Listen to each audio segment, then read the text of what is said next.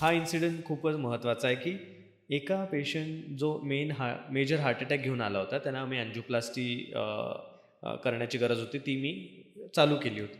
पण ती अँजिओप्लास्टी अर्ध्या तासाची होती, पण त्या अर्ध्या तासामध्ये त्याचं हार्ट 24 वेळा बंद पडलं.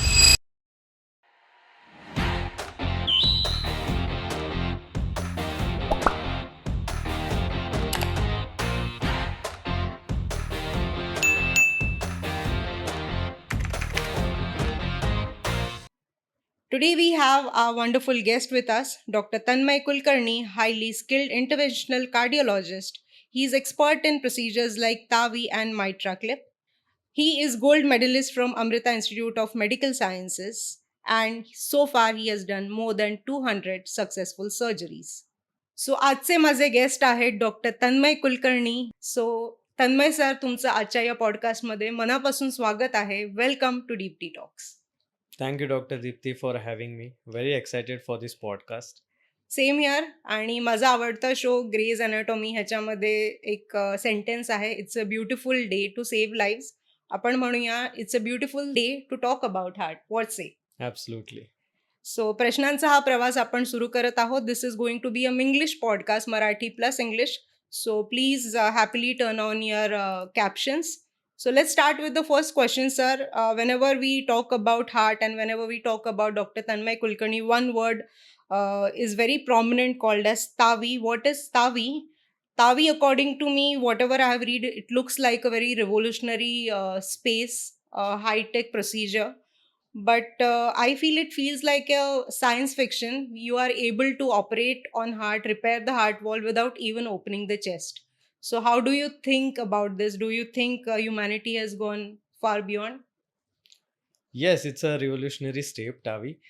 जेव्हा कॅथलॅबमध्ये मी प्रोसिजर करत असतो, ही टावी ही कॅथलॅबमध्ये करणारी प्रोसिजर आहे because it's a minimal invasive. Operation theatre is for surgeons.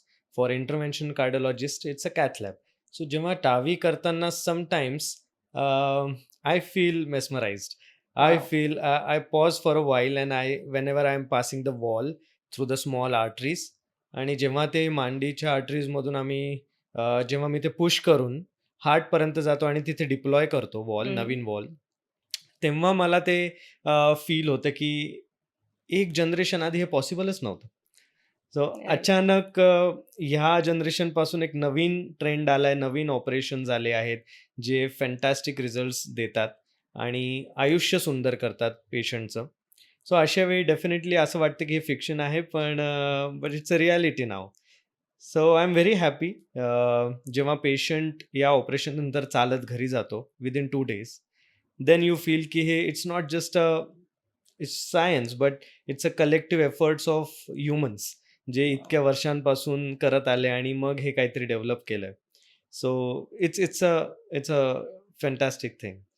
Yeah, I feel every doctor or every medical professional always feels that we are able to make that small change in somebody's life. So I would like to tell my audiences once again that Dr. Tanmay is a wonderful cardiologist. So far, he has successfully healed and repaired 200 hearts. So it's not an easy thing to do. On another part, I think you have also been very active on social media for awareness about the cardiology. There are so many podcasts of yours I have watched, and I'm sure many people have watched so far. But this specific podcast that we are doing right now, हे पेशंटच्या point of व्ह्यूने असणार आहे. Because I want की हे podcast बघितल्यानंतर पेशंटच्या मनामध्ये जे पण भ्रम संभ्रम आहेत ते सगळे निघून जावेत before approaching you or any other cardiologist. So हा प्रश्नांचा प्रवास आपण पुढे नेऊयात. Let's assume a situation that I am being your patient. I am sitting across a table with a cardiology concern. What questions I should be asking you, but I am not asking? Interesting question आहे.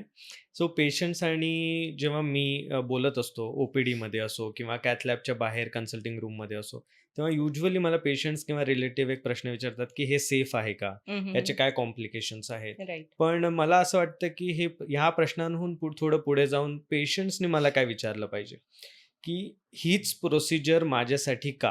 Right. हा एक प्रश्न. दुसरा प्रश्न आहे की याच्याहून काही दुसरे अल्टरनेटिव्हज माझ्यासाठी अवेलेबल आहेत का? Mm-hmm.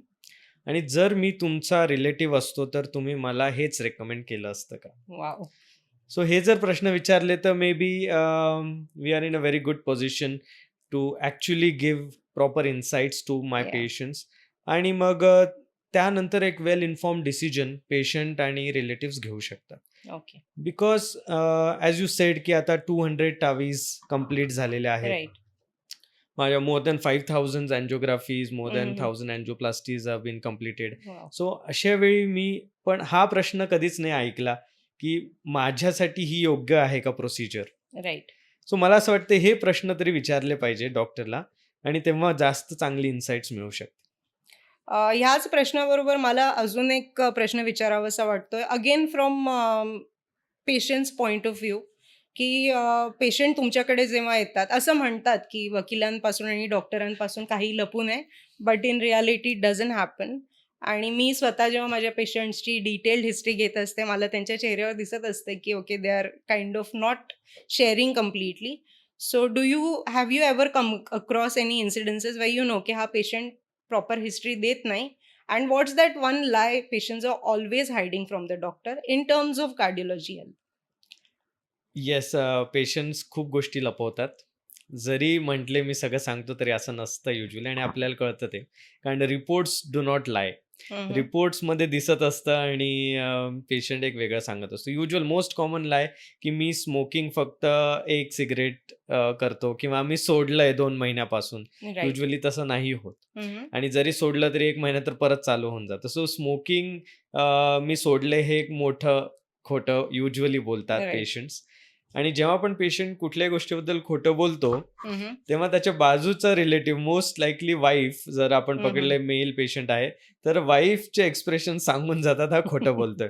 की तो म्हणला की नाही मी खूप कमी अल्कोहोल घेतो फॉर एक्झाम्पल किंवा खूप कमी स्मोकिंग करतो आणि तेव्हा वाईफ जेव्हा हसायला लागते तेव्हा आपल्याला कळतं हा खोटं बोलतोय. Right. अँड देन बिकॉज आता मी ब्लॉक्स बरोबर डील करतोय हार्टच्या. Mhm. Smoking is a very important risk factor for that. So it's very important for me to know की किती स्मोकिंग आहे. Mhm. कारण की मग स्मोकिंग रिव्हर्सल म्हणजे हं. थांबवलं तर हे ब्लॉक्स रिव्हर्स होतील का नाही किंवा Okay. वाढतील का नाही याच्यासाठी हे खूप महत्वाचा क्वेश्चन असतो. पण Mhm. Yes patients do lie sometimes Okay. आणि युजली या गोष्टींबद्दल. Okay, I hope our audiences get the clue from this and let's not hide anything from our doctors. पुन्हा एक प्रश्न सर फक्त पेशंटच्या पॉइंट ऑफ व्ह्यूने आहे. This may sound very direct, I am not trying to be preachy. पण असं होतं ना आपण पॉडकास्टच्या आधीच बोललो की आपण म्हणतो जुनं ते सोनं, but that doesn't apply when it comes to health. Let it be cardiology, let it be dentistry or physiotherapy, खूप सारे नवीन नवीन ट्रेंड्स येत राहतात आणि बऱ्याच वेळा ते ट्रेंड्स खरंच हेल्पफुल असतात. सो पेशंटचं असं होतं का, means I am asking from say my point of view, is Tawi really helpful or am I simply getting pushed into something just because it is very recent, latest and advanced? Very valid question I would say. कारण की आज आपल्याला खूप options available आहेत. नवीन आहेत, काही जुने आहेत. Mhm.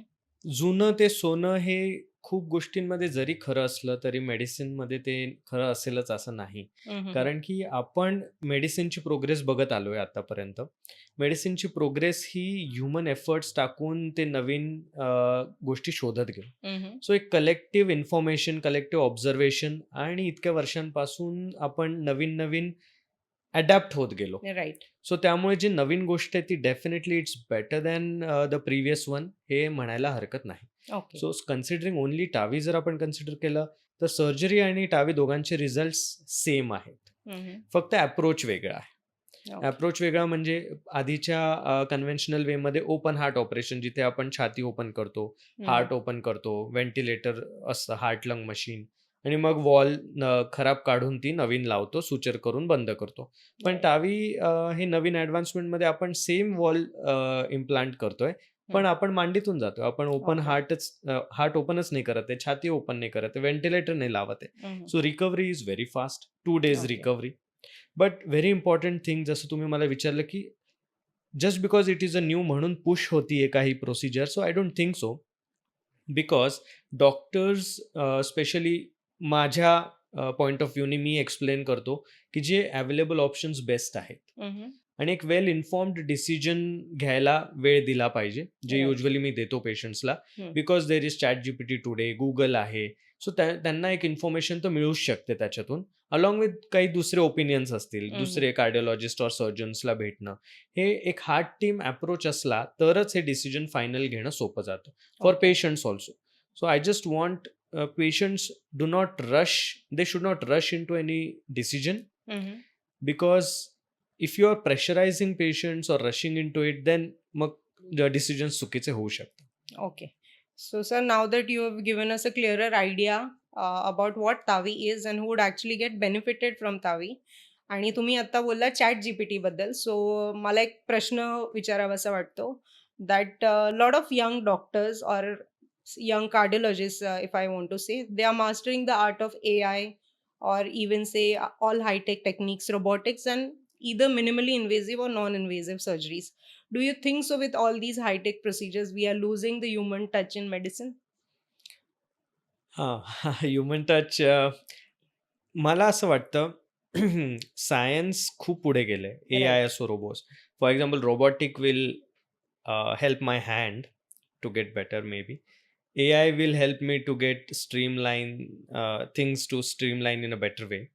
पण human touch can never go out of medicine. Right.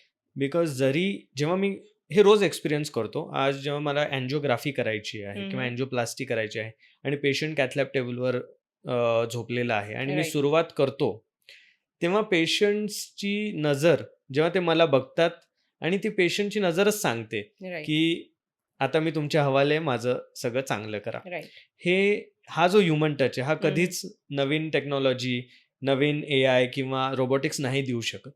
पेशंट्सला डॉक्टरच पाहिजे जो ह्युमन आहे, आणि जो Right. ह्युमन वेनीच ट्रीट करेल.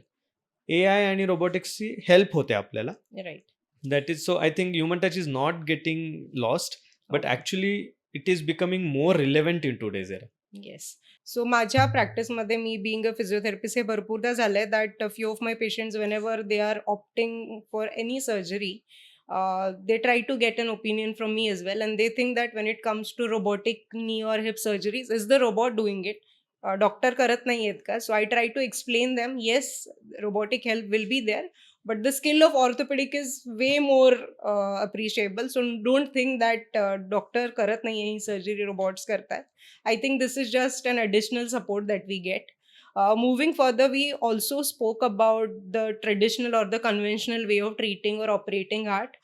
That means angiography as well as angioplasty mainly. And when I was studying so far, whatever work you have done, complex angioplasties मध्ये तुमचं महत्त्वाचं योगदान आहे. So could you please tell me something about that as well? Complex angioplasties या अशा अँजिओप्लास्टीज असतात हं. की ज्या ट्रेडिशनली जर आपण 20-30 वर्षापूर्वीच्या गोष्टी बघितल्या तर तेव्हा हे ओपन हार्ट ऑपरेशनमध्ये कन्वर्ट व्हायचे. राईट. पण आता प्रत्येक पेशंट फिट नसतो ओपन हार्टला, किंवा त्याची इच्छा नसते किंवा तिची इच्छा नसते की मला माझी छाती ओपन करायची आहे. राईट. युजली जॅपनीज लोकांमध्ये असं असतं, जॅपनीज लोकांमध्ये ते प्रेफर करतात की माझी छाती उघडलीच नाही गेली पाहिजे, आणि जर उघडली गेली तर माझं सोल निघून जाईल, असं एक कन्सेप्ट आहे तिकडे. हम्म. त्यामुळे ते ओपन हार्ट ऑपरेशनच युजली करत नाही. तर ते सगळं हे अँजिओप्लास्टी थ्रू, कॉम्प्लेक्स असो सिम्पल असो, ते कॉम्प्लेक्स असली तरी ते त्याच वेनी जातात. सो जॅपनीज लोकांकडून तो ट्रेंड जो आला आपल्याकडे पण, आणि पूर्ण वर्ल्डमध्ये तो पसरला, की कुठलीही गोष्ट आपण विदाऊट ओपनिंग हार्ट करू शकतोय. मग त्याच्यासाठी वेगवेगळे टूल्स आले जे अवेलेबल आहेत. आता कॅल्शियम खूप असेल हार्टमध्ये, कडक झालं असेल तर ते तोडायला किंवा ते मॉडिफाय करायला वेगवेगळे टूल्स आहे. अर्थरेक्टॉमी आहेत, बलून्स आहेत. सो अशामुळे ते पॉसिबल झालं आहे. सो अँजिओप्लास्टी सिंपल असो किंवा कॉम्प्लेक्स असो, ज्याला पहिले ओपन हार्ट ऑपरेशन लागायचं ते आता आपण सिंपल अँजिओप्लास्टी हातातून मांडीतून करू शकतो. Right. Yes, this sounds very magnificent. खूप मॅजिकल वाटते की okay, I am getting my heart repaired और my heart valve repaired without even opening my chest. मला तरी असं वाटतं की सायन्स हळूहळू अजून टेक्निक्स आणि प्रोसिजर्स आणेल which will make a human life more easier. And moving ahead sir, now that we are discussing about quite serious topics, थोडंसं आपण एक कॅज्युअल नोटवर एक प्रश्न तुम्हाला विचारावासा वाटतो. आर्टमध्ये, मूव्हीजमध्ये, सॉंग्समध्ये हार्टला खूप ग्लोरिफाय केलं जातं. But in reality we know as a medical professionals, heart is very fragile, very mechanical organ, and it's most unpredictable organ. So far not as a cardiologist but as a human being तुमची हार्टबद्दलची definition कशी change झाली आहे? As a student आणि आता cardiologist आणि practising cardiologist definition definitely change झालेली आहे. सो ॲज अ स्टुडंट मी शिकलोय की हार्ट हे पंप आहे. पण आता मी जेव्हा प्रॅक्टिस करतो आणि पेशंट्सशी डील करतो हे मागचे 5 ते 6 वर्षांपासून, तेव्हा मला हे कळाले की heart is everything emotionally. Yes. So it's not when patient comes to me, तेव्हा फक्त त्या हार्टला ट्रीट करणं ही माझी रिस्पॉन्सिबिलिटी नाही आहे. पेशंटला ट्रीट करणं रिस्पॉन्सिबिलिटी आहे आणि definitely it comes from my heart to heal his heart. So it is completely emotionally 100% it's heart way. But technically yes, जे मी शिकलो आहे, जे मी ट्रेन झालो आहे, की वॉल बदलणं, ब्लॉक काढणं, या गोष्टी technically it's just there. But when it comes to a patient, it's 100% emotionally as a heart. So I can say that from a student life till a successful cardiologist, you have also evolved in terms of heart as well, Yeah. right? So माझा एक पुढचा प्रश्न sir तुमच्यासाठी असेल that what is that one moment in OT or in cath lab that no textbook has prepared you for and you have to take decision in split seconds, how much that has changed your life as a surgeon? हे actually काय होतंय, महिन्यातून 3 ते 4 वेळा तरी अशी situation येते, Right. की आपण जे शिकतो ते एक प्लॅन्ड प्रोसिजर प्रमाणे शिकतो Mm-hmm. आणि जर ते अनएक्सपेक्टेडली ते प्लॅन्ड प्रोसिजर तशी गेली नाही, Mm-hmm. काही सरप्राइजेस आले, Right. तेव्हा त्या 2 ते 3 सेकंड्समध्ये जे डिसिजन घ्यायचं असतं, Mm-hmm. That is the most important thing. ते तुमच्यासाठी पण आणि पेशंटसाठी पण. कारण की हे कोणीच शिकवलेलं नसतं. टेक्स्टबुकमध्ये तर लिहिलेलंच नसतं, की असं झालं तर काय? कॉम्प्लिकेशन्स पण एका एका वेनी लिहिलेले असतात, की असं झाल्यावर असं करावं वगैरे.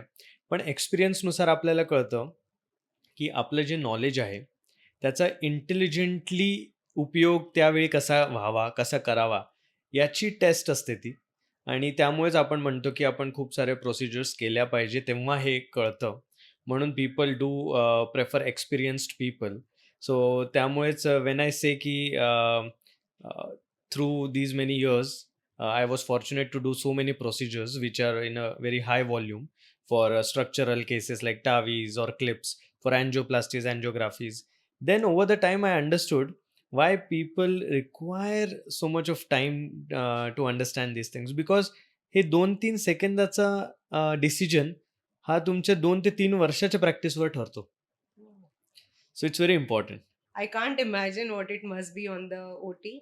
But taking it further, मला एक प्रश्न विचारावासा वाटतो दॅट पेशंटचा एक पहिला म्हणजे रादर पेशंट पण नाही, let's imagine any urban individual काही हेल्थ इश्यू झाला तर instead of asking the expert त्यांचा एक पहिला स्टेप असतो बिकॉज हे सगळे प्लॅटफॉर्म आपल्याला इझिली अवेलेबल आहेत that we tend to simply Google it at the max chat जीपीटीला विचारतो. पण हे सगळं करताना where patients are going wrong, how you will redesign this human behaviour as a doctor or as a surgeon. आणि ह्याच्याचमध्ये अजून एक प्रश्न म्हणून की what is that one brutal truth that we don't know about heart health? Okay. So this is this is the real challenge today. की Google असेल, ChatGPT असेल. What I really think, what I will advise my patients or your audiences who are seeing this podcast, we should definitely use Google. We should definitely use ChatGPT. But the context is very different when we see the patient. So what patients read on Google, the context is not the accurate one. Right. So he or she reads the worst case scenario and gets panicked Yes. कि okay, chest pain हो रहा है तो अभी heart attack आलाय आणि माझं आता मी मृत्यू आहे माझ्यासमोर असं वाटतं. पण तसं नसतं, कारण की 100 लोकांना चेस्ट पेन झालं 10%च लोकांना हार्ट अटॅक असू शकतो. बाकीच्यांना तर नॉन कार्डियक पेन आहे, जसं ॲसिडिटी असेल, मस्क्युलर असेल. Right. तर जजमेंट हे गुगल देऊ शकत नाही. गुगल हे इन्फॉर्मेशन देऊ शकतो. सो आपण त्याला तेवढंच ठेवावं आणि judgement should be for doctor and a patient together to take the decision. Right. Use only ChatGPT and Google as information source, आणि कुठली इन्फॉर्मेशन वाचावी हे पण डॉक्टरना जर विचारलं तर हे अजून इझी होईल. राइट, कारण की मग खराब गोष्टी वाचल्या जाणार नाही, ज्या तुमच्याशी निगडीतच नाही आहेत राइट. आणि टेन्शन येणार नाही. I actually kind of relate with this view. Yes, I think a common response of anybody who's not feeling well, it could be any health concern. It's very natural for them की चला Google करून बघूयात. I think we should redirect them एका certain direction ला. So thank you for saying this out and I'm sure patients सुद्धा they'll be more comfortable की okay माझे doctors they don't mind me googling my issues.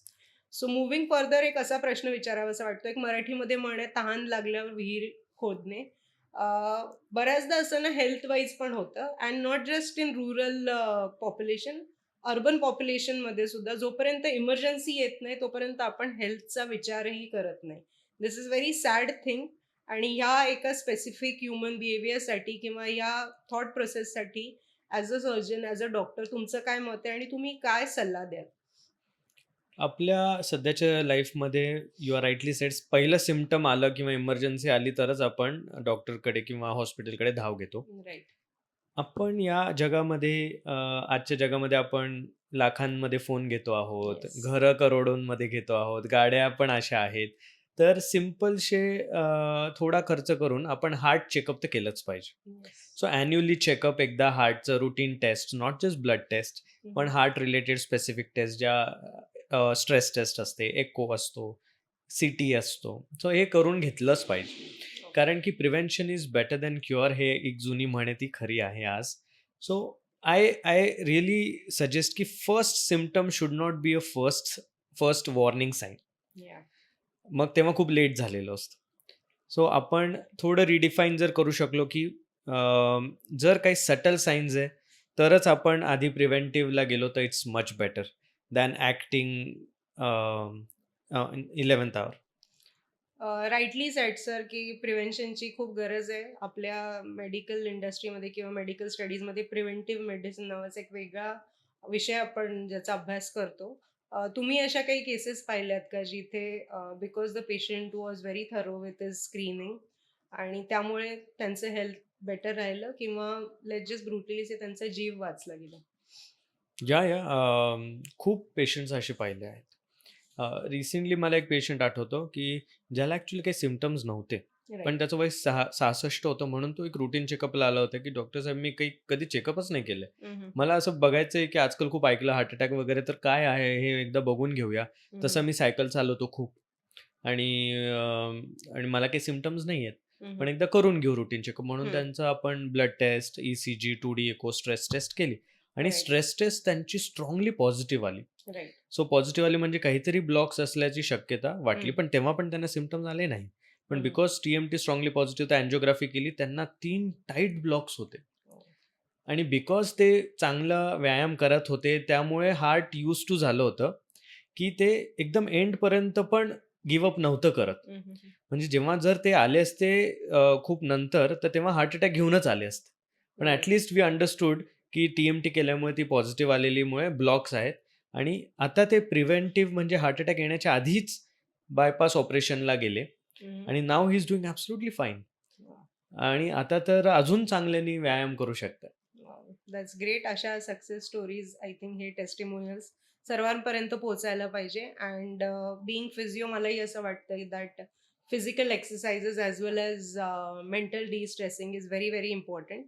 Moving further एक general question माझ्या डोक्यात आहे sir. आपण आत्ता बोलतोय तावीबद्दल, how accurate it is, how hi-tech it is. It's fairly accurate, precise, but let's not forget it is expensive. So हा एक कॉन्फ्लिक्ट नेहमी असणार आहे की कटिंग एज टेक्नॉलॉजी आहे, इट्स व्हेरी व्हेरी इफेक्टिव्ह, त्याचे रिझल्ट्स 100% आहेत. But what about the conflict between the accessibility of this technique or this technology to general population? जेव्हा पेशंटशी आपण बोलत असतो तेव्हा नेहमी हा प्रश्न येतोच की किती खर्च लागणार आहे आणि त्याप्रमाणे रिझल्ट मिळणार आहे का एवढा खर्च जरी केला तरी. आणि हे नेहमी हा प्रश्न पडत आलेला आहे. 50 वर्षापूर्वी पण एका सिम्पल ऑपरेशनसाठी हा प्रश्न होता. आज तो टावीसाठी आहे किंवा मायक्लिपसाठी आहे. सो हा प्रश्न आपल्याला नेहमी फेस करावा लागणारच आहे ॲज अ डॉक्टर आणि पेशंटला पण, कारण नवीन छान काहीतरी करून पण घ्यायचं आहे, पण पैशांचे कधी कधी अभाव असू शकतो. राइट. पण याचं नोटीस गव्हर्नमेंटनी पण घेतली आणि खूप स्कीम्समध्ये टावी असो, अँजिओप्लास्टीज असो, पेसमेकर्स असो, हे इन्क्लूड केलेलं आहे. वाह! सो त्यामुळे खूप कमी खर्चामध्ये किंवा फ्रीमध्ये हं, हे हं. ऑपरेशन्स आजकाल होऊ शकतात. Wow! So that's central government scheme असो, स्टेट स्कीम असो, इन्शुरन्सेसमध्ये पण कव्हर झालेले आहे. So yes, I think general पॉप्युलेशनपर्यंत ही सर्व्हिस किंवा ही टेक्नॉलॉजी पोहोचणं खूप खूप इम्पॉर्टंट आहे. सर, एक प्रश्न मला अजूनही पुन्हा विचारावासा वाटतो. Today we have been talking about something called as TAVI, something called as MitraClip. Of course angioplasty हा बऱ्यापैकी आता नोन टर्म झालेला आहे. पण एखाद्या नॉन मेडिकोला किंवा एखाद्या लेमॅनला, लेट्स से रूरल पॉप्युलेशनमधल्या एखाद्या पेशंटला आपल्याला अगदी सोप्या भाषेत सांगायचंय, की तावी नक्की काय आहे? किंवा मायट्रा क्लिप नक्की काय आहे? तर कसं सांगायचं? टावी आणि मायट्रोक्लिप हे नवीन गोष्टी आहेत. पण त्यांना असं युजुअली मी काय सांगतो माझ्या पेशंट्सला, की ज्यांची एओर्टिक वॉल खराब आहे. हं, हं. Aortic wall is the main wall, right. जी झडप आहे आपल्या हृदयाची. हं, हं. हृदय आणि बॉडीच्या मध्ये असते. राइट. ही 3 पाकळ्यांची झडप असते. ही 3 पाकळ्या हळू-हळू वयोमानानुसार खराब होऊन जातात आणि त्या इतक्या खराब होतात, की त्या ओपनच होत नाही. जर त्या उघडत नाही, तर पुढे रक्त जात नाही हृदयातून आणि बॉडीला मिळत नाही आणि मग असं हार्ट हे फेल होऊन जातं, कारण की पुढे रक्त जाऊच शकत नाहीये आणि मग हार्ट फेल झाल्यावर जीवाचा धोका उद्भवतो.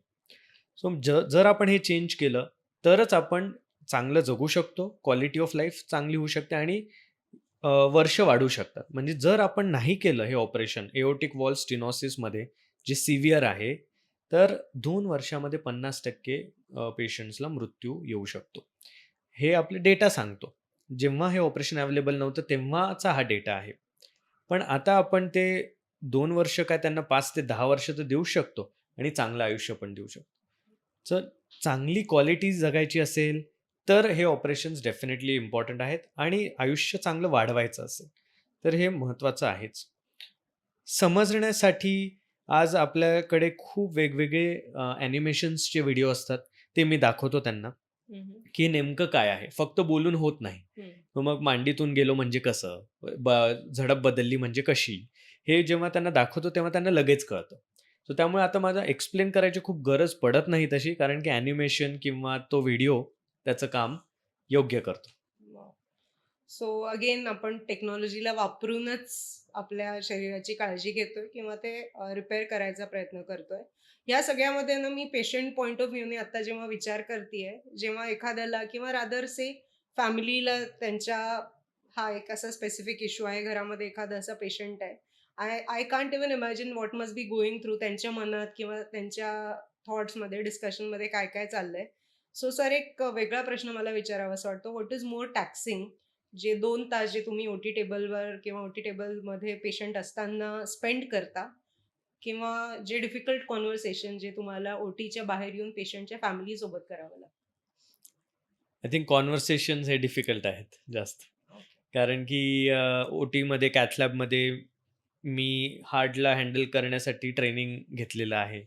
मी इतक्या वर्षांपासून ते हँडल पण करतो आहे. हं, इतक्या हं. प्रोसिजर्स केल्या त्यामुळे मला ते माहिती आहे. कसं करायचं, काय होईल? हं, हं. पण कॉन्व्हर्सेशन्समध्ये जेव्हा मी कॅथ लॅबच्या बाहेर पेशंट्सच्या रिलेटिव्हजला भेटतो, तेव्हा तिथे इमोशन्स खूप असतात. एक भीती असते हं. पेशंटच्या रिलेटिव्हजमध्ये, एक्स्पेक्टेशन्स असतात. तर ह्या सगळ्यांना डील करत त्यांना कम्फर्टेबल फील करवणं हे खूप अवघड आहे. असा एखादा इन्सिडन्स आठवतोय? हो, मी मागच्या वेळी एकदा डिस्कस केला होता सहज बोलता-बोलता. पण हा इन्सिडेंट खूपच महत्त्वाचा आहे, की एका पेशंट जो मेजर हार्ट अटॅक घेऊन आला होता. त्यांना आम्ही अँजिओप्लास्टी करण्याची गरज होती. ती मी चालू केली होती.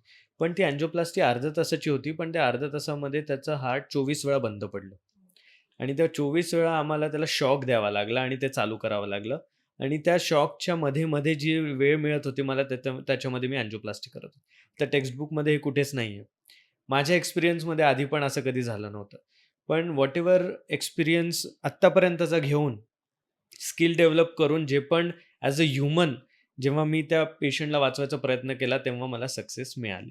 कारण technically you are okay, you are good. तुम्हाला माहिती आहे काय करायचं. पण as a human you try your best, की नाही मी याला वाचवूनच माझे एफर्ट्स पूर्ण लावणार आणि वाचवणारच. हे जेव्हा डिटर्मिनेशन येतं, then you can definitely be successful. I can't even imagine की एका कार्डिओलॉजिस्टचं लाईफ किती हार्ड असतं. सो फार आपण नुसतं पेशंट्सच्या समस्यांबद्दल बोलतोय and of course it's very very important. माझ्या या पॉडकास्टचा उद्देशच आहे की पेशंट्सला एक राईट गाईडलाईन मिळावी when they have to face unfortunately this issue. पण सर मी एक थोडंसं एक डायव्हर्जन घेणार आहे. हा प्रश्न खरं तर तुमच्यासाठी पण थोडा काइंड ऑफ सरप्रायझिंग असेल. यावर्षी सीरीजला बेस्ट सीरीज अवॉर्ड मिळाला. त्या सीरीजचं नाव आहे द पिट. त्याच्यामध्ये US मधली जी हेल्थ केअर सिस्टम आहे, त्याच्यामध्ये what actually patients and doctors go through हे आवर बाय आवर दाखवले. म्हणजे 9 वाजता काय, 7 वाजता काय. सो ती series being a medical professional सुद्धा मला बघणं खूप अवघड होतं. कारण की doctors were not only just on their toes, पण त्यांना फिजिकली, मेंटली, इमोशनली खूप चॅलेंजेस येत होते and I could say that it was very taxing for themselves as well. आपण ह्या एका विषयाबद्दल कधीच बोलत नाही, तो म्हणजे what a doctor goes through mentally. आणि खूप मेंटल हेल्थचा अवेअरनेस आहे. पण भारतीय डॉक्टरांच्या मेंटल हेल्थबद्दल तुम्ही काय बोलाल, की काय करणं आवश्यक आहे? सध्याची काय परिस्थिती आहे? मेंटल हेल्थ खूप महत्त्वाचा डिस्कशनचा टॉपिक आहेच आणि स्पेशली डॉक्टर्समध्ये. कारण की डॉक्टर्स पहिले तर जे स्टुडंट्स असतात त्याच्या अभ्यासामध्येच खूप मेंटल स्ट्रेस असतो. कारण की खूप कॉम्पिटिशन आहे. अभ्यास खूपच व्हास्ट आहे. आय थिंक एआयमुळे काही ना काही मदत होईल, की समराईज करणं गोष्टी ह्या सोप्या जातील. पण खूप अवघड आहे, खूप अभ्यास आहे. तो स्ट्रेस. मग स्वतःला प्रूव्ह करण्याचा स्ट्रेस. अजून पण आपल्या सोसायटीमध्ये आपण याच्यामध्ये आलो नाही, की तुला जे आवडतं ते कर किंवा जे योग्य आहे ते कर. पण एक गोष्ट सांगितली जाते, नाही डॉक्टरच बन, इंजिनिअरच बन, लॉयरच बन. तर त्याच्यामुळे तो स्ट्रेस येतो. मग ते करत-करत आज पेशंट्स आणि जेव्हा डॉक्टर डील करत असतात, तेव्हा काही इन्सिडेंसेस झालेत, की डॉक्टरांना मारलं रिलेटिव्हजनी किंवा त्यांचं हॉस्पिटल फोडलं. सो हे खूपच डिसहार्टनिंग आहे. त्यामुळे काय झालंय, की काही-काही डॉक्टर्स मग विथड्रॉ व्हायला लागले आणि मग ते नॉन क्रिटिकल किंवा नॉन इमर्जन्सी ब्रांचेसवर जास्त फोकस करायला लागले. पण इमर्जन्सीज तर येतातच. त्यामुळे we also have to keep our doctors safe and also educate patients, की हं, या इमर्जन्सीजमध्ये दोघं एका टीमचे मेंबर आहे खरं. हा पेशंट आणि डॉक्टर आणि both are fighting a at emergency the same time. Situation. तर तेव्हा ती सिच्युएशन कशी कंट्रोल करावी हे जास्त महत्त्वाचं आहे rather than just blaming a doctor. किंवा डॉक्टरचं पण कधी-कधी चुकतं ब्लेमिंग अ पेशंट, की "तू लेट का आला? बापरे!" असं. कारण त्याला नाही माहिती, की हे काय आहे. त्यामुळे तो जेव्हा आला तेव्हा आला.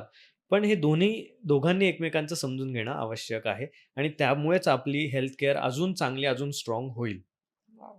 I think we needed this POV in this podcast. I think ह्याच्याशिवाय हे अपूर्ण राहिलं असतं. Moving further when you said की डॉक्टर्स पेशंटशी कम्युनिकेट करताना कधी-कधी काही चुकतं त्यांचं किंवा पेशंटचं चुकतं म्हणून ते त्यांना पॉइंट आउट करतात. So I would like to say one incident. Just recently one of my very dear friend she had been facing issues like confusion होतंय दीप्ती. मी विसरतीये खूप साऱ्या गोष्टी. मला हेअर फॉल होतंय and for her age she is in her 40s now. I said, I don't think so. Hey, whatever she told me, from whatever I knew, जे माझ्या स्कोप ऑफ ह्याच्यामध्ये प्रॅक्टिसमध्ये आहे, आय सेड की doesn't look like any medical issue. Probably let's figure out काही nutritional deficiencies आहेत का. And when we did her whole test we could see that there was thyroid. आणि त्यानंतर when I told okay let's get in touch with your doctor now, she said no no मला आधी पण thyroid होता. I totally forgot about it because मला काही त्रास होत नव्हता. And then I was like, "why don't you meet your doctor?" "No, no, ती ती खूप चिडेल माझ्यावर because she had told me to be regular."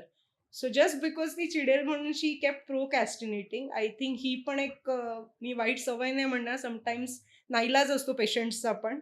So I think we should मी मी I just ended up telling her की "अरे ती तुझ्यावर चिडते, it's a good thing that you know we need such doctors who are so caring about your patients." Moving further एक महत्त्वाचा प्रश्न आपण पुणे मुंबईसारख्या सिटीजबद्दल सध्या बोलतोय. सो एका ॲव्हरेज इंडियनचं जे डेली रुटीन आहे, ते इट्स व्हेरी इरॅटिक समटाईम्स. आणि let's let's talk about say somebody who is working in to corporate. त्यांना टार्गेट्स आहेत, त्यांना डेली टार्गेट्स अचीव्ह करायचे. They have to finish their work in certain time. अशा वेळेस एका कार्डिओलॉजिस्टने काय सांगावं, की how they can make their day 9 to 5 day किंवा morning to evening day. It should look like a heart healthy day. Right. आजच्या जगामध्ये तर ही खूप गरज आहेच आहे. माझा सिंपल फंडा हा असणार आहे, अशा अर्बन स्टाईलमध्ये जर आपल्याला हेल्दी राहायचं असेल, तर adequate sleep, at least 6 hours at least. Right. आणि योग्य वेळी घेतलेली, म्हणजे साधारण 11 ते 5, 11 ते 6 असं पकडू आपण. रात्री नीट झोप योग्य. प्रॉपर वेळी जेवण, म्हणजे जे ठरवलेलं वेळ असेल तेव्हा जेवण. आणि adequate breaks during work. And whenever you get time, exercise, at least walking. Once you do these things, then you are good to go. You may most likely you will be healthy. Right. खूप महत्त्वाचे आहेत. आपण मी मागे पण I think खूप जणांनी हे picture पाहिलं असेल. एक Instaवर खूप ट्रेंडिंग होतं, की लाईफस्टाईल चेंजेसची एक विंडो आहे आणि दुसरीकडे एक पिल आहे for weight loss. So everybody wants to go to a pill for weight loss. It's again another question and another ball game. But right now, let's stick to our lifestyle awareness topic जो आहे. So what I feel that हे तर आपण जे बोलतोय आता corporate and all that's mainly late millennials or even millennials as well as Gen Z. अजून एक पिढी आपल्यामध्ये आहे ती म्हणजे अल्फा पिढी. त्याच्यामध्ये असं होतंय ना, की दोन वेगवेगळे स्ट्रीम्स मी म्हणेन. एकीकडे हसल कल्चर आहे, एकीकडे खूप लेड बॅक लाईफस्टाईल आहे. एकीकडे कॅफीन बूस्ट, डोपामाइन रिलीज आहे. एकीकडे असं आहे, की ओके खूप चिल ॲटिट्यूड आहे. सो या दोन्ही गोष्टींना जर आपण ब्लेंड टुगेदर केलं, तर do you think so we are damaging our heart?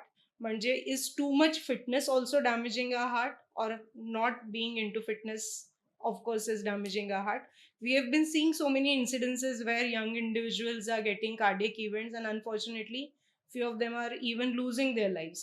So मला हे विचारायचं की खूप sticking too much to the schedule and not being like we can say sedentary lifestyle, are these both things damaging our cardiac health and how?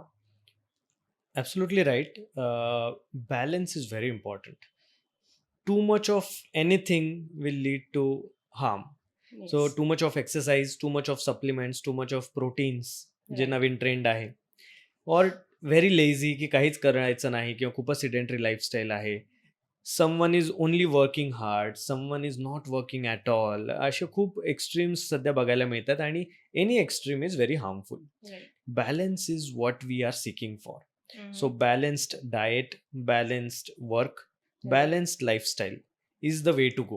If Yeah. you have to remain healthy, that's it. The only word we have to remember is balance. Okay. आणि balance असेल प्रत्येक गोष्ट कुठलीही असो, ती relationship असो, ते काम असो, ते व्यायाम असो आणि हेल्थ केअर असो, हे गरजेचं आहे. आजच्या अर्बन स्टाईल लाईफमध्ये हेल्थ केअरमध्ये पण मल्टिपल ऑप्शन्स पेशंट्सला अवेलेबल आहेत. Mhm. सो जेव्हा पण त्यांना त्रास होतो, कधी-कधी असं होतं की someone will guide them to rush into something. नाही, नाही, हे झालंच पाहिजे, हे केलंच पाहिजे, नाहीतर आपल्याला वेळ नाही आहे. सो मला असं वाटतं, a good doctor will always give you clarity, not the confusion. To give you simple understanding, not the jargon. Mhm. जे काहीतरी शब्द वापरून पेशंटला कन्फ्यूज करून, प्रेशराईज करून काही करणं is is not a good way to go about it. So जर पेशंटला कधी प्रेशराईज फील होतंय to change lifestyle, to take some decision over any procedure, so he should definitely have clarity first and talk to that doctor he thinks he's comfortable with, and then as an informed change in lifestyle or any major decision of surgery, then he should take the decision once having second or third opinion also. Okay.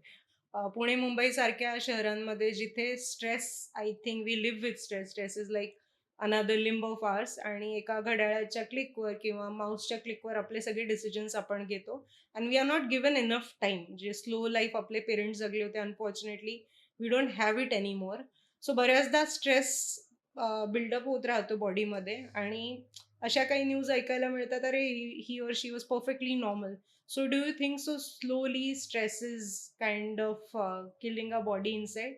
जेव्हा बाहेरून तो व्यक्ती एकदम normal दिसतोय but probably stress was the only reason for his health issues. So ह्या specific कॉन्सेप्टवर तुमचं काय म्हणणं आहे sir?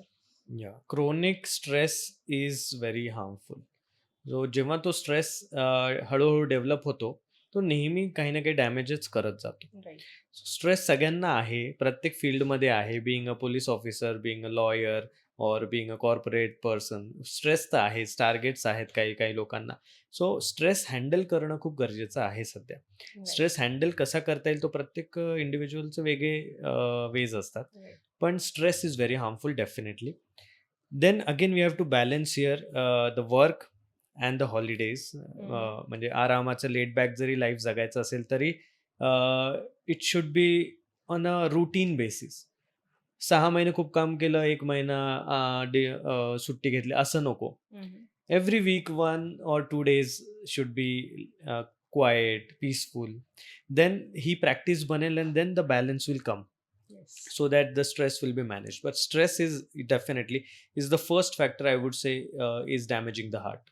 Okay, so stress management, you can say, plays a key role in not just cardiology but all over health management. Great. आपण खरं तर आता आपल्या कार्यक्रमाच्या उत्तरार्धात येऊन ठेपलेलो आहोत. Today we spoke about so many aspect ज्यांचा ॲज अ पेशंट किंवा मी म्हणेन ॲज अ मेडिकल इंडिव्हिज्युअल सुद्धा मी कधी विचार केला नव्हता. So thank you so much for putting light आणि आम्हाला एक वेगळा POV देण्यासाठी. मला एक महत्त्वाचा प्रश्न विचारावासा वाटतो, की TAVI, no matter if we say no invasion surgery, we are not opening the heart, but after all it's a surgery. हे एक ऑपरेशन आहे आणि प्रत्येक ऑपरेशन नंतर पेशंटच्या डोक्यात एक महत्त्वाचा पॉइंट असतो, तो म्हणजे recovery. What ever I read, जे मला आर्टिकल्स मिळाले किंवा जे मटेरियल मी वाचलं त्याच्यातनं हे कळतंय की तावीचा जो पोस्ट सर्जिकल रिकव्हरी पिरियड आहे तो खूप कमी आहे. पेशंट लवकरात लवकर त्यांचं लाईफ रिझ्यूम करू शकतात. पण एक स्मूथ रिकव्हरीसाठी both physical as well as mental, what would you advise as a cardiologist? The recovery is always on both the fronts, as you mentioned, emotionally और मेंटली आणि फिजिकली पण. सो फिजिकली डेफिनेटली डॉक्टर जे करेल, operation असेल, तावी असेल किंवा अजून एखादं ऑपरेशन, त्यांनी ते रिकवर होणं एक सेट पॅटर्न आहे. तो त्याचा वेळ लागतोच. पण the major challenge is emotional recovery. Emotional रिकव्हरीमध्ये there comes the real empathy of a doctor, की ज्याच्यामध्ये डॉक्टर त्याला एक ह्युमन टच देऊन त्याला इमोशनली पेशंटला कसा रिकवर करू शकेल, हे खूप महत्त्वाचं ठरतं. मग त्याच्यामध्ये ॲडव्हान्स टेक्निक्सची त्याचा काही उपयोग नाही. मोठे हॉस्पिटल, छोटे हॉस्पिटल याचं काही घेणं-देणं नाही. कॉर्पोरेट हॉस्पिटल, प्रायव्हेट हॉस्पिटल असं काही इम्पॉर्टंट नसतं. पण जेव्हा तो पेशंट आणि डॉक्टर बोलून एकदा बसतो, बोलतो आणि त्याला एक क्लॅरिटी येते, तेव्हा ही रिकव्हर्स रिअली वेल. ओके. सो आजच्या ॲडव्हान्सिंग टेक्निक्स याच्यामुळे आयुष्य हे चांगलं जगावं, हे माझे पण एफर्ट्स आहेत किंवा कुठल्याही डॉक्टरचे हेच एफर्ट्स असतात, की ही ऑपरेशन झालं किंवा ही प्रोसिजर झाली, तर कसा लवकरात लवकर तो छान आणि नॉर्मल आयुष्य जगू शकेल. कधी-कधी काय होतं, की पेशंटच्या माइंडमध्ये ब्लॉक्स येतात. ब्लॉक्स म्हणजे एक असा एक असं थॉट येतो, की आता मी काहीच करू शकत नाही. आता मी तर हार्ट पेशंट आहे किंवा मी आज माझं असं झालंय ऑपरेशन, त्यामुळे मी हे काही करू शकत नाही. तर तसं नसावं. पण हे आज जे पण करतोय ते it should be providing him a better life tomorrow. त्याच्यासाठीच करतोय. Once patients do understand that, then everything is set. Wow, thank you so much. आणि खूप खूप महत्त्वाचा सल्ला आहे हा. प्रत्येक प्रोसिजर नंतर एक्झॅक्टली काय होणार आहे हे पेशंटला माहीत असणं आणि त्यांनी त्याच्यावर अंमल करणं फार इम्पॉर्टंट आहे. सर, आपल्या पॉडकास्टमध्ये ना मी एक नवीन एक सीरीज सुरू केली आहे ज्याचं नाव आहे हीलिंग व्हॉइस. आणि त्याच्यामध्ये आपण बेसिकली वेगवेगळ्या मेडिकल एक्सपर्ट्सला बोलून त्यांच्याकडनं पेशंट पॉइंट ऑफ व्ह्यूने काउन्सिलिंग म्हणा किंवा त्यांचं ज्ञान, त्यांचं नॉलेज घेण्याचा प्रयत्न करतो. अ, आज आपण बोललो आहोत तावी स्पेसिफिकली या एका कार्डिओलॉजी टेक्नॉलॉजीबद्दल आणि त्याचबरोबर ओव्हरऑल हार्ट हेल्थसाठी तुम्ही आम्हाला मार्गदर्शन केलं. प्रत्येक पॉडकास्टमध्ये काहीतरी टेक अवे असतो. सो फिजिओथेरपीमध्ये ना एक कॉन्सेप्ट आहे ज्याच्यामध्ये for example if patient is going for any surgery, we as a physiotherapist आम्ही त्यांच्या त्या स्पेसिफिक जॉईंटला किंवा त्या स्पेसिफिक एरियाला ट्रेन करतो so that surgical results are even more better. ज्याला मी प्रीहॅब म्हणतो. पण बऱ्याचदा कार्डिओलॉजीमध्ये आपल्याला तो चान्स मिळतच नाही. कारण mostly the surgeries are done in emergency. पण अशा इमर्जन्सीज येऊ नये किंवा गॉड फॉरबिड अशा इमर्जन्सीज आल्या, तर रिझल्ट चांगले असावेत यासाठी तुम्ही काय लाईफस्टाईल चेंजेस सजेस्ट कराल? वॉक मोर हे तर पहिलंच आहे, की भरपूर चाला आणि गाड्या कमी यूज झाल्या म्हणजे जिने घ्या, जर मार्केटला जायचं तर चाला. So this is the first thing, की ओके. भरपूर चाला किंवा भरपूर व्यायाम करा. दुसरं सांगेन, की ॲडिक्वेट झोप घ्या आणि स्ट्रेस मॅनेजमेंट. जर हे असेल, मग बाकीच्या गोष्टी येतात. डाएट आणि या गोष्टी नंतर येतात. पण पहिले ह्या 3 गोष्टी खूप महत्त्वाच्या. Sir, now that we are talking so much about lifestyle advices, lifestyle changes, there are certain things that we cannot change. आणि आजचा बर्निंग क्वेश्चन हा आहे की आपलं एन्व्हायरमेंट म्हणा किंवा आजूबाजूचं जे हवा आहे ती इट्स नॉट व्हेरी क्लीन. आणि आपल्याला एक नवीन टर्म आता आपल्या आयुष्यात आली आहे ती म्हणजे AQI. सो मला एक उत्सुकता आहे की AQIचा आपल्या फुफ्फुसांवर तर डेफिनेटली परिणाम होतोच, पण त्याचा हार्ट हेल्थवर काही परिणाम होतो का आणि होतो तर काय होतो? परिणाम नक्कीच होतो. AQI जेवढं खराब, तेवढं लंग्समध्ये तर त्रास जो उद्भवतो, त्याने इन्फ्लामेशन येतं बॉडीमध्ये, लंग्समध्ये. ते इन्फ्लमेशन आलं, की हार्ट ब्लॉक्स चालू व्हायला सुरुवात होते. सो बेसिकली इन्फ्लमेशन ही फर्स्ट स्टेज असते. मग ती स्मोकिंगमुळे असो, हार्मफुल गॅसेस जे एअर पोल्युशनमुळे येतात ते असो किंवा एनिथिंग विच कॉजेस इन्फ्लमेशन. त्याच्यामध्ये काहीतरी डायटरी एक्स्ट्रीम चेंजेस पण असतात. सो हे इन्फ्लमेशन आलं की कोलेस्ट्रॉल डिपॉझिट होतं. म्हणजे इंजुरी होऊन आणि मग तिथे ब्लॉक तयार होतो. सो त्यामुळे प्रत्येक गोष्ट ही शेवटी तिथेच येते, हृदयापाशी. मग आपण जरा प्रेफर करू शकू की जिथे AQI चांगला आहे तिथे राहणं किंवा जर खराब असेल तर ते कसं अव्हॉइड करता येईल आपल्याला. मास्क असो, कारमध्ये ट्रॅव्हलिंग असो किंवा कधी-कधी प्युरिफायर्स. फिल्टर्स पण या. आता एअर फिल्टर्स लावतायत. सो त्याप्रमाणे आपण इम्प्रूव्ह होऊ शकतो. वॉव! प्रोबॅबली 15 इयर्स आधी आपण विचारही नव्हता केला, की असं काही आपण डिस्कस करत असू. सो येस, हे लाईफस्टाईल चेंजेस आय होप माझ्याबरोबरच माझे ऑडियन्सेस सुद्धा त्याच्यावर इन्कल्केट करतील. सर, एक छोटासा रॅपिड फायर आपण आता घेणार आहोत, ज्याच्यामध्ये तुम्हाला फक्त रेट करायचंय, की ही स्पेसिफिक हॅबिट हार्ट हेल्थसाठी किती चांगली आहे. So let's say as you spoke about walking. So, how much you'll rate walking for heart health on scale of 10? 10 on 10. Good sleep, 10 on 10. stress, 10 on 10. so in a negative way. Negative, of course, negative. Yeah. Okay, intermittent fasting, 7 on 10. okay, keto diet, 0 on 10. yoga, Yoga is 8 by 10. okay. What about high protein diet? Depends. Yeah, I would say if exercise is in a really good way, high protein is beneficial. But Okay. just because we are not exercising and taking high proteins, then it is harmful. Meditation and breathing exercises. 9 on 10. So my friends, आपला हा प्रश्नांचा प्रवास healing व्हॉइसचा इथेच संपतो आहे. माझ्यासोबत आहेत doctor Tanmay Kulkarni, ज्यांनी आज हार्ट हेल्थची एक एक पानं आपल्याला वाचून दाखवली आहेत. एक एक छोटीशी गोष्ट आपल्याला सांगितली आहे की ॲज अ पेशंट आपण काय करावं, काय करू नये, काय प्रश्न विचारावेत, काय काळजी घ्यावी, एखाद्या इमर्जन्सीपर्यंत पोहोचू नये म्हणून काय ॲडवाईस दिलेला आहे सरांनी. माझी तुमच्यासाठी ही एकच विनंती आहे, की हे पॉडकास्ट अशा प्रत्येक व्यक्तीपर्यंत पोहोचवा, ज्यांना ह्याची गरज आहे, ज्यांना ह्याची गरज पुढे भविष्यामध्ये भासू शकते. आणि स्वतःही पुन्हा-पुन्हा पहा. ह्या पॉडकास्टमध्ये काही टेक अवे आहेत, जे मी कमेंट्समध्ये टाकणार आहे. Even if you don't like the podcast, please follow what we are trying to tell you. So thank so much Tanmay sir, तुमचा वेळ देण्यासाठी आणि हा मोलाचा ॲडवाईस देण्यासाठी. Thank so much. Thank you doctor Deepti. हा पॉडकास्ट माझ्यासाठी खूप स्पेशल आहे. कारण की या पॉडकास्टमध्ये आपण अशा गोष्टी डिस्कस केल्या जे रुटीनली आपण डिस्कस करत नाही.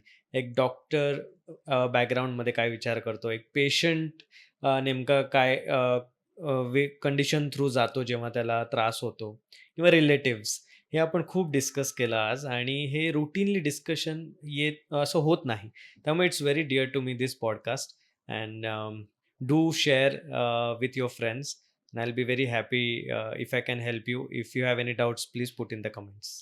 Thank so much. बघत राहा healing voice. Signing off. Bye.